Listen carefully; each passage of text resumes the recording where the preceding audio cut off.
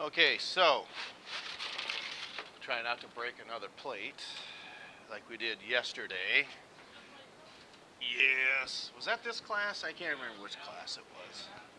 It happens. Okay. So, those of you who have your book out, go ahead and 108, page 108.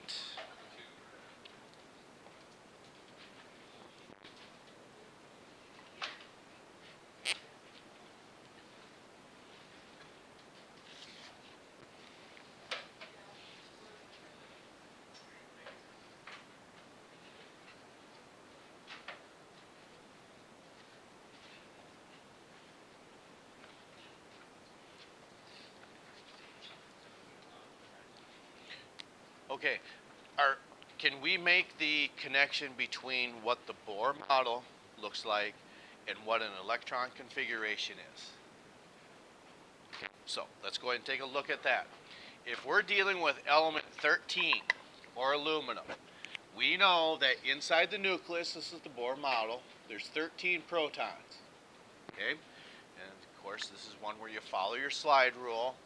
We know that you go 1s2, and following that slide, what does it tell you to do next? 2s2.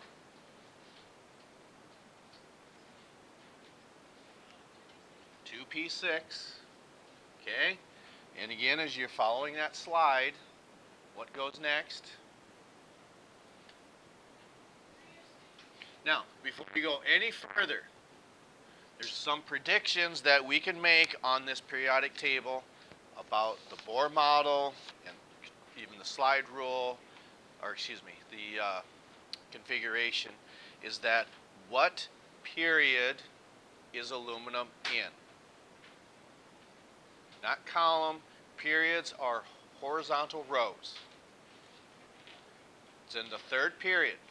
So that means how many energy levels are you going to have? You're going to have 3 energy levels. So we've got 2 of them so far. And now you can say, what column is aluminum in? Now you go your vertical route. Remember, we do the S and P together. You skip the D block elements. So what column is aluminum in?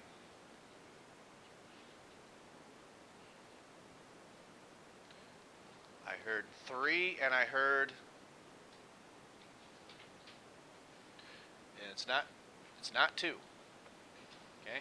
We start with that of sodium, then magnesium, then you cross that D block, then in the third column, okay, that's where aluminum is located. So that designation then, okay, we filled out 3s2 and then 3p how many? I'm just going to use that E rather than trying to write a 1 in there. That's why it's easier to see that way. If it was anything other than a 1, then I probably wouldn't put an E there, but it's just easier to see that representation. The numbers and letters added together gives you 13. So we know that that is correct. We know, like you correctly said, aluminum is in the third period, so therefore there's 3 energy levels, and we know that it's in the third column, so the outer energy level, these 2 added together gives you 3. So that's where that comes from. So, Bohr models, are we the most comfortable with them? Yes? Okay. So, if we're going to do an electron configuration, we're just doing a linear depiction, utilizing the slide rule as well. Okay? So, we're going to do this longhand, so we're going to do all of them. All of these will be accounted for. Okay? So, in an electron configuration, we have 1s2, comma, then what comes next? 2s2, and then 2p, and then what comes next?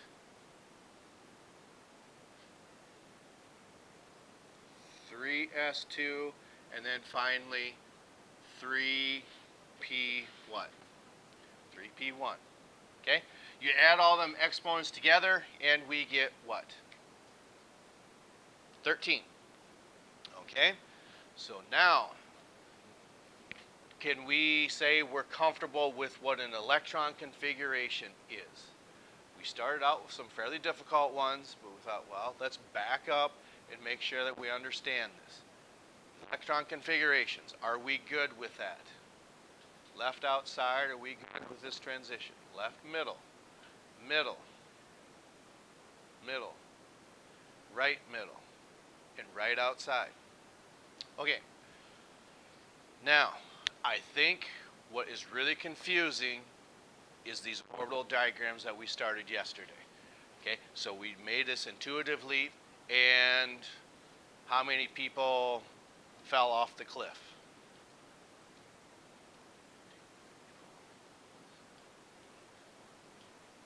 Okay, that's we're being honest, which we want, okay? But it's not our goal to see, haha, Mr. Hoth, let's see how I can get them today. That's not our goal, okay? So if we're gonna do in an orbital diagram, all we're doing is notice these two are clearly related. You can see we got a first energy level, a second energy level, and a third energy level. So there's our first, there's our second, and then here's our third. That comes from your Bohr model. Now, with an orbital diagram, you're just expanding that electron configuration one step further. And the idea is that each one of these orbitals, we call them, can only hold 2 electrons. So what that means is we do it like this. We've got the first energy level, s orbital, can only hold a maximum of 2. The arrows designate the electrons, and we point them in opposite directions. Okay, there's 1, there's 2, so we've accounted for those. We go up to the second energy level. Okay, so that's 2s. And remember, each one of these horizontal lines can hold a maximum of 2. So it's holding 2, so we put both of them in there. Are you with us so far? You might not know what to ask yet, but we're going to take our next intuitive leap, and that is this. Remember, these horizontal lines, each horizontal line can hold a maximum of what? Of 2. Notice that the entire P block can only hold how many? 6. So if it can hold a maximum of 6, and each one of these horizontal lines can hold a maximum of 2, we divide 6 by 2 to give you 3. And that's where these lines come from. Okay? So if we have 6 electrons, we're going to put all 6 in there. And I would suggest that you do these one at a time, and we'll explain why that's important in just a moment. I would suggest that not until you get a very thorough and in-depth understanding of this, you don't just start pairing these together right away. Even though that's what happened, you don't want to fall into that trap. I think it's a trap because we're not quite that advanced with this yet. Okay, then we're up to here. So the S block again, how many can each horizontal line hold? 2. So how many horizontal lines do we need for this S block? Just 1. Just like we did for that S block. That S block, we're going to do the same thing here. Put 1 line. We put both of them in there. And just like we did for this P block, we're going to do the same thing here. So how many horizontal lines does a P block get? 3. Okay? So, for instance, if we're going to do a D block element, okay, which means it can hold 10, how many horizontal lines would that be? 5. The F block can hold 14. How many horizontal lines would that be? It would be 7. You're always going to want to put all them horizontal lines in, even if you're not going to use them. Because remember, the P block can hold how many? 6. But it doesn't always mean you're going to put all 6 of them in there. Because in this case, how many are we going to put in the third energy level in the P block? Just 1. And we've illustrated that here and here, and now we're going to do that here. So how many arrows do we see in this orbital diagram? 13. 2, 4, 6, 8, 10, 12, 13. Okay? Are we comfortable with, hopefully we're bridging that gap to where this orbital diagram came from this electron configuration. Do we see how they are related? Are we getting closer to that? That's all we want to know. Are we a little more comfortable with that? So left outside, left middle, middle, right middle, and right outside. Okay, so now what I want to do is look at page, actually 107. I lied. Okay. So, bottom of page 107. Okay. It says, except for the first main energy level, orbitals of different shapes, known as sublevels, exist for a given value of n. The angular momentum, did I go too far? I did. I'm sorry. Principal quantum number. Sorry, back up a paragraph. Principal quantum number, symbolized by n, indicates the main energy level occupied by the electron. And when we say by the electron, we mean the last one. Okay? So, does anyone remember what the variables were from yesterday? N is one of them. What's another variable? Another one. And this might be how it's written on your paper. And then finally, okay. So, on page 107, values of n are positive integers, and so on. As the n increases, the electron's energy also increases. But what we're saying is the main energy level is where that last electron fell in. Which energy level and in which shell. Okay.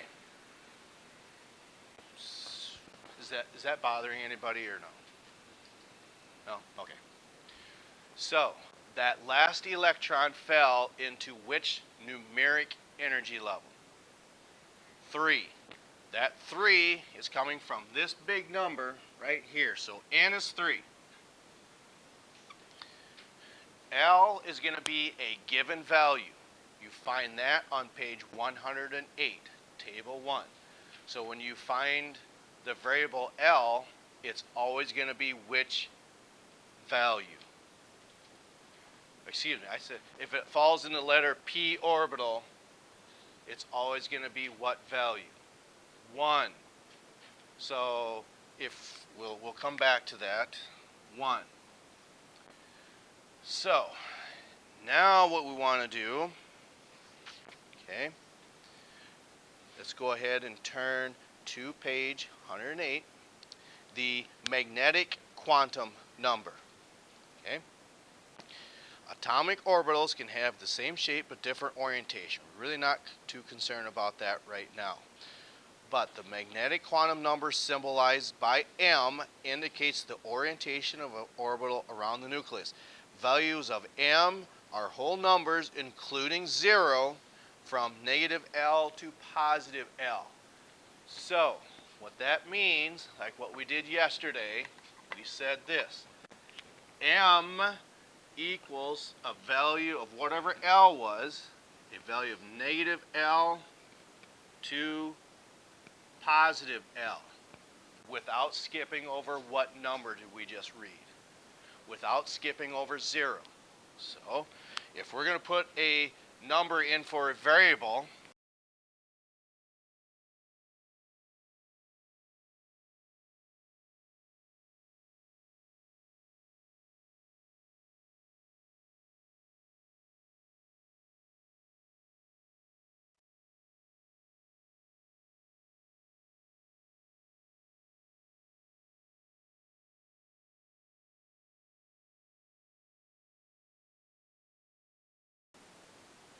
3.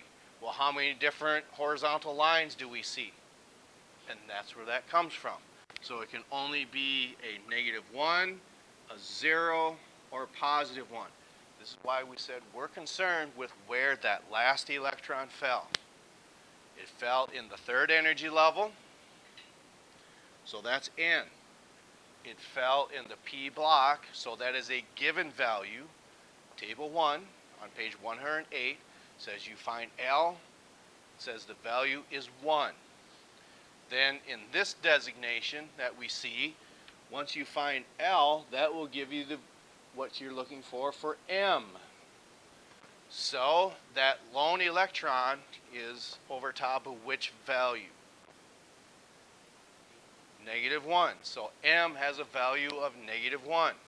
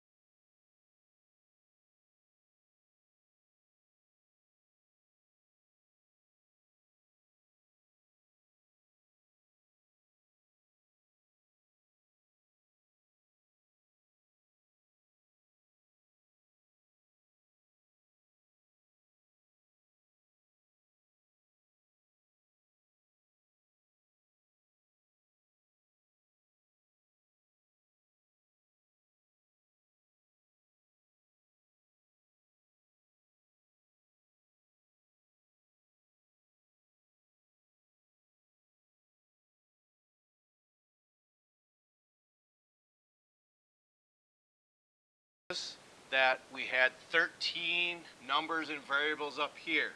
We had 13 exponents here. We had 13 arrows here.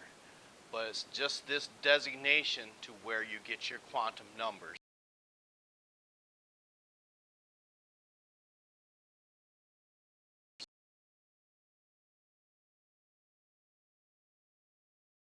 On that paper that you would like to ask. Go ahead and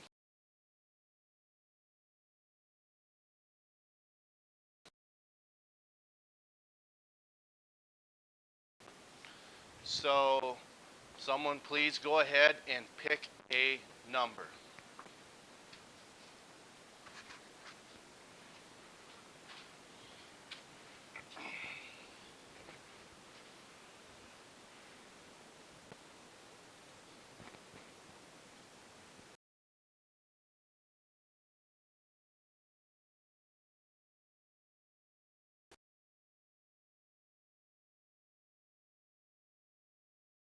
On your paper. Pick a number.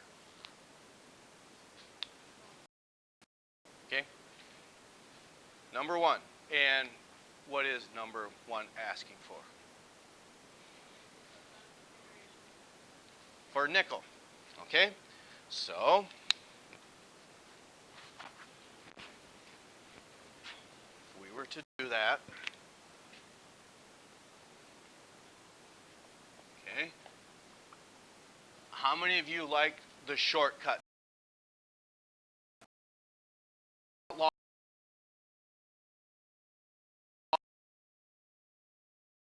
Hand, where you're writing 1s2, 2s2, 2p6, all that. Okay, so what is the noble gas core that's small argon core, which means we're already up to what value? Okay, now again, utilize this periodic table as a tool. We know that what period is argon in? Remember, that's these rows that go this way. Argon's in what period? So 3. And what block is argon in?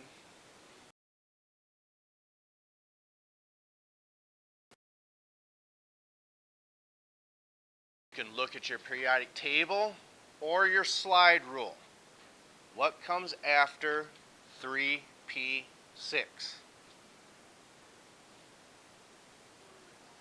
4s2.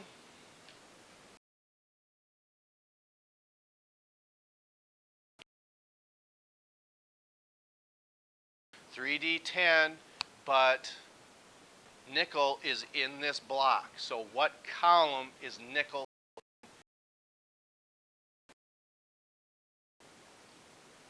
The 8th one. So we're going to go ahead and put this as 3d what? 8. So 10. That's got to be right then. Okay, so configurations, are we pretty good at those?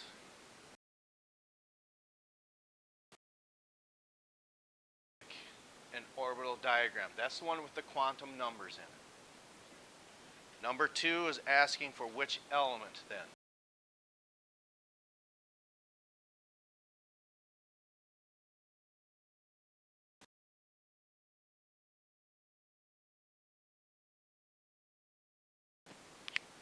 Okay, that is 21, 22. Okay, 23.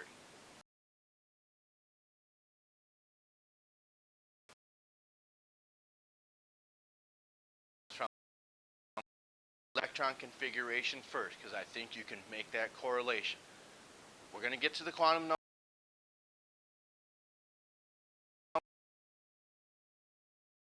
Electron configuration longhand, we would start out with what? 1s what? Okay, then what? 2, 2s2, and 2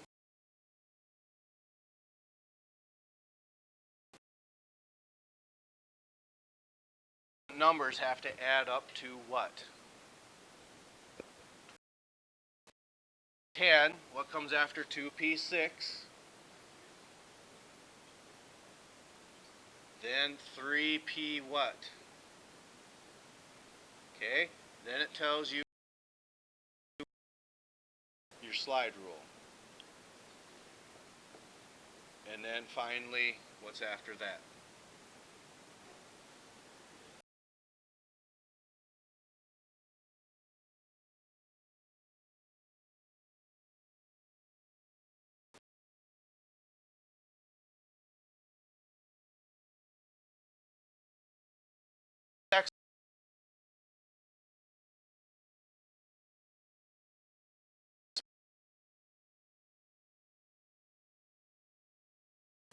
So we know that that's right then. Now, the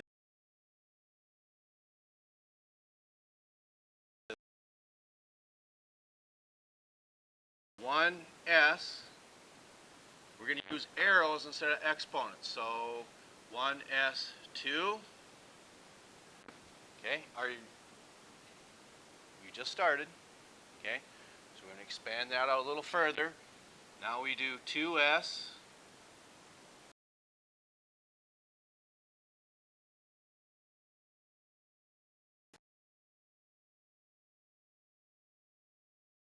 Horizontal lines is that?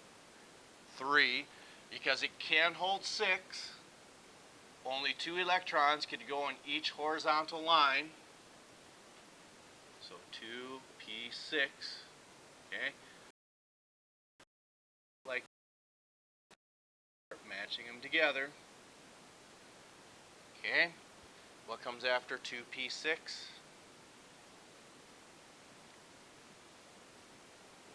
3s2. Okay, so we're up to here. How many horizontal lines for this guy? How many horizontal lines? Starting to run out of space here. It's okay. Even though this is full. Okay, so we're up to here. Now,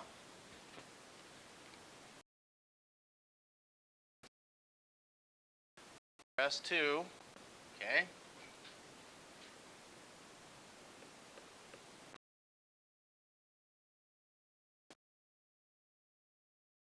Block can hold how many? 10. How many horizontal lines is that? That's 5 horizontal lines then. Okay? So I'll put that as a different color. I said I ran out of space, so here's our 5 horizontal lines, like you correctly said. So we've got 3D, and how many electrons will we put in that 3D? Right. Don't do this. That's not correct. Because remember, how do we illustrate filling these together first? Because if you don't do it that way, you're not going to get the correct answer. So we got 3 of them.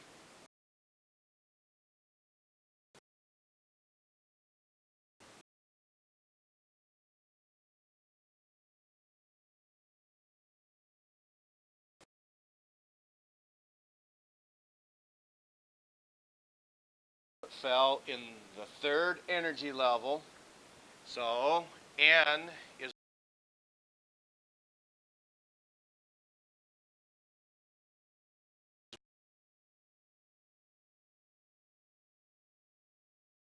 eight.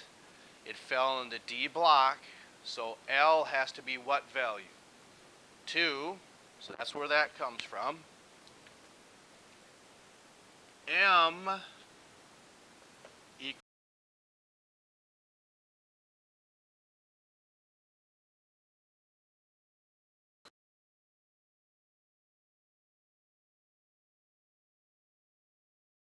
means we got -2, -1, without skipping over 0, and then 1 and 2. So how many common?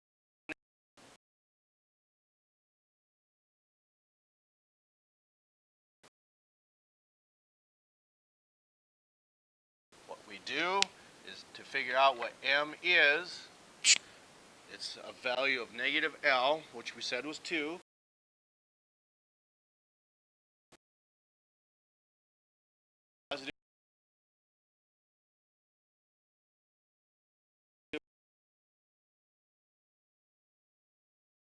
M is 0. And what type of response is that?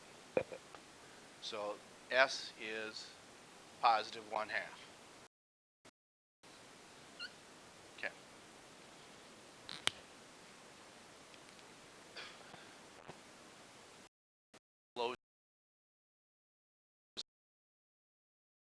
Okay.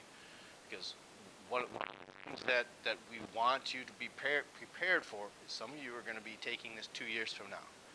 We have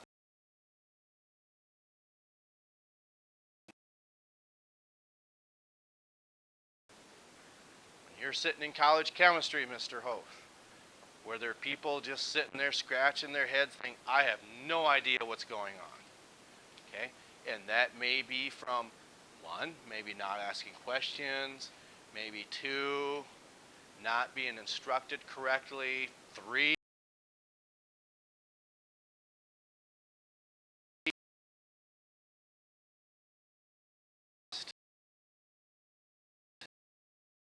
what? You can either, except if you're on the ends, look left, look right. There's certainly someone that can help you out. You can certainly come in and talk to myself. We've got this resource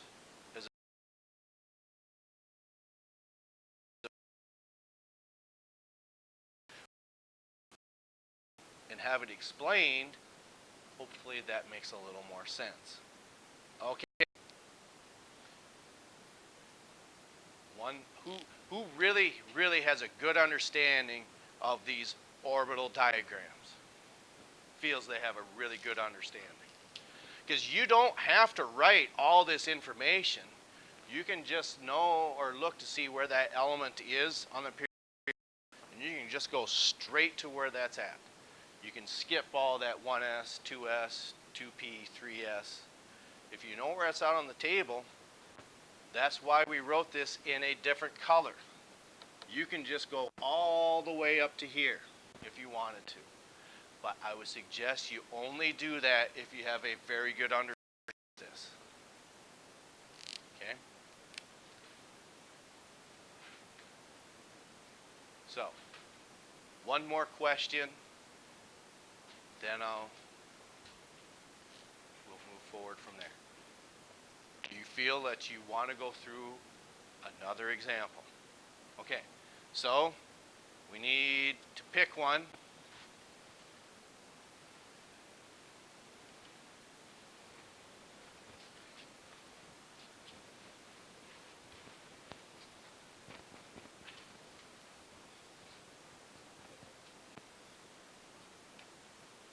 This should be the easy part.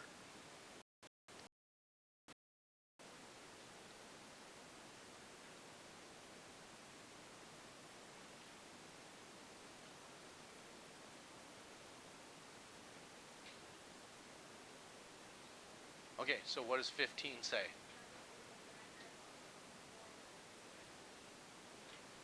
For xenon? Okay.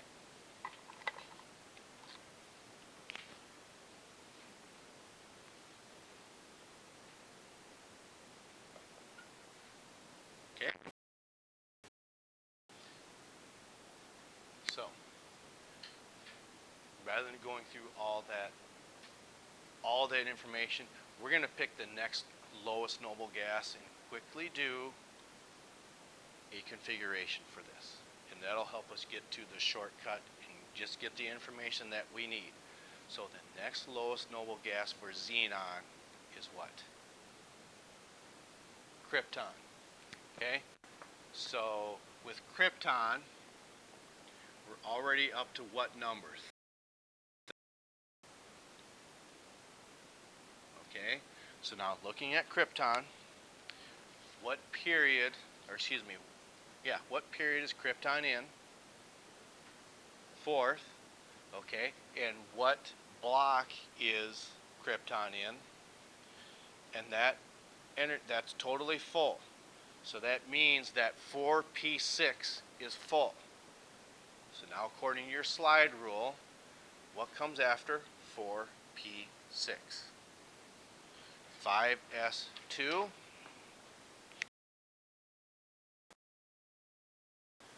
5s2. Then what? Okay. And then what?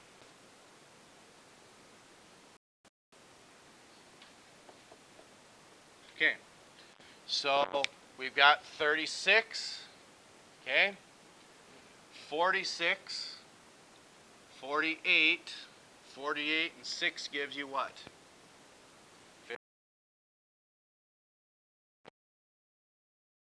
We skip all the way ahead, and this is all that we're concerned about right here. Some numbers. Zoom tight. So, the energy level that last electron fell in, let's go ahead and do that. Remember, this can hold 6, but each horizontal line can hold how many? 2. So how many horizontal lines is that? That's 3 of them, okay? So we've got 5p, and then we've got 6 electrons to put in. So 1, 2, 6. Okay. Does everyone understand where this is coming from? Okay? So, remember, N Here's our last electron that fell in place. Okay? So what numerical value did that fall into? So n is what value? Say that again. And you're right. Why are you right? Because that's the energy level right here. 5. Okay? L is a given value on page 108. What block did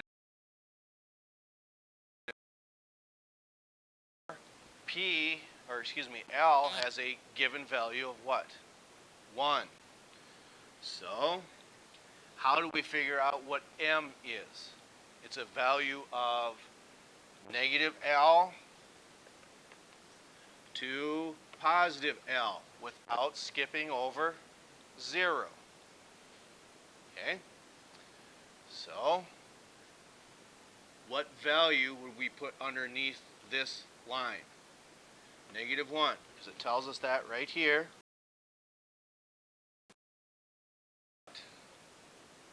0, and then this would be positive what? Okay? So that last electron fell in which one of these horizontal lines? 1, so M is positive 1. And what type of response? Now,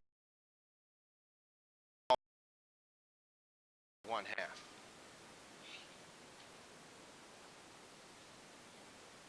Okay?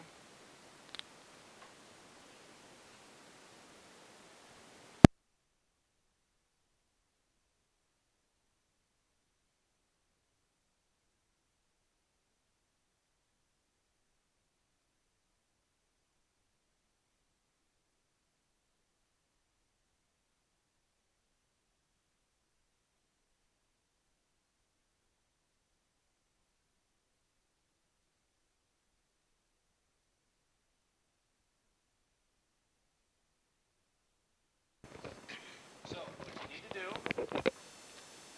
number that probably has lots of numbers.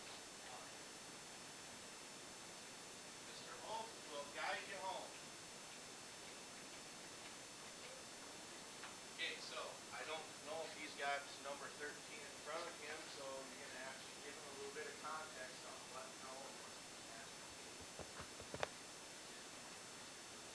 So 10. Okay? 10 you said?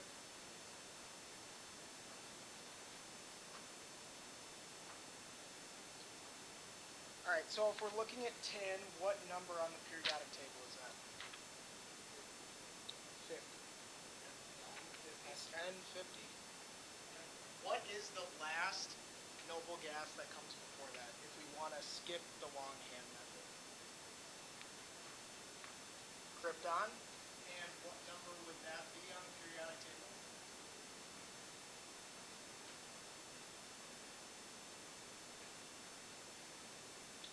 Okay, so now if we've already gone up to that, we don't need to write all that stuff out, obviously. What's the next energy level that comes after that? After krypton. What was that? 5s2.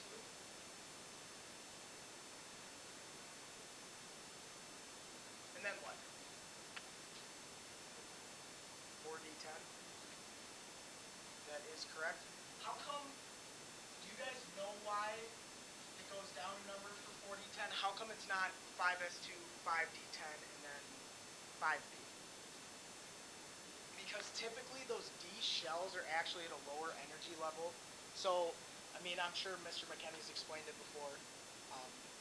You're in that 5s energy level. If we were to stop in this 4d shell, we would be in the 4th energy level. That's what you're in. So then if we're doing 10, would the next one be a full 5p6? No, what column is that in that P block? Second. So what would that be? 5p. Perfect. So then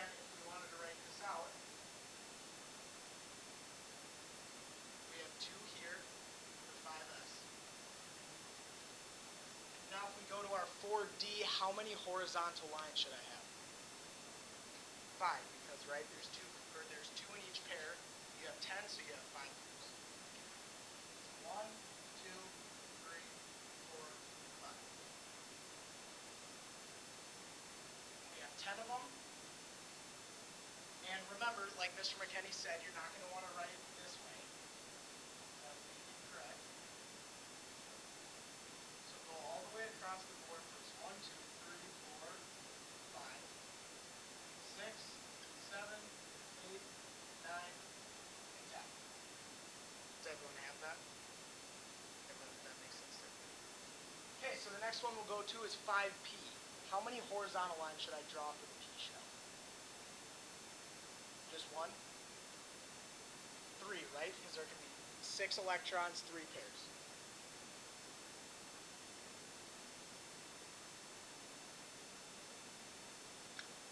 And how many do we have in that shell? 2. So, am I going to want to write it like this? Would that be correct? Nope. What you're going to want to do is do this. So there, that's our last electron in the energy shell. So we'll circle it, and then we'll find out our quantum numbers. Is everyone following along with that? So what would N be? What is the last energy shell? 5? Correct. Now, do you guys have that given value for L?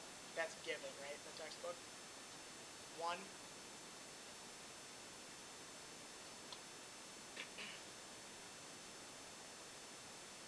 Is that making sense to everybody? Perfect. So now, can anybody tell me how we find M? What range of values does... What value does N have? What range does N have? What to what? But let's just say if we're talking about any number, what do you do to figure it out? Negative what to positive what? Yep, exactly. So M is always going to be negative L to positive L. So, what do we have here then?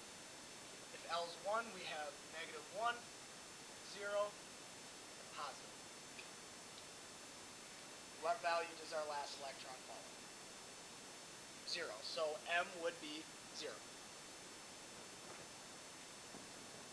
Is that making sense to everybody? Cool. So then, for our last value, our spin configuration, would it be thumbs up or thumbs down? Thumbs up, yep. So like this class. Thumbs up. Yeah, a lot of fun, right? Yes. Okay, so positive, what, 1? 1/2, yep, correct. It's always going to be positive or negative 1/2. So if you guys, is that making sense to everybody? If you don't feel confident in that, don't be afraid to ask me any questions. I know I've been kind of sitting up here just watching for a little bit, but I'm here to be an aid to Mr. McKenney, so if you need another person to talk to or ask questions to, feel free to ask me. Are there any other ones you guys want to go over? No? Really quickly. We see on the board it says worksheet 1, worksheet 2. That's just not going to happen. You don't even have worksheet 2 yet. I wasn't going to hand that out till tomorrow. So what you have in front of you, get that done. Still due on Thursday. Okay? Hand out worksheet 2 tomorrow. That will be due next week to make that correction. So, if you have any questions, please get inbox right up. Alright. So go have fun on your egg trip tomorrow. How many people are going to be here? Oh, that's okay. Alright, well, That's catch you just, next time. that's just the freshmen?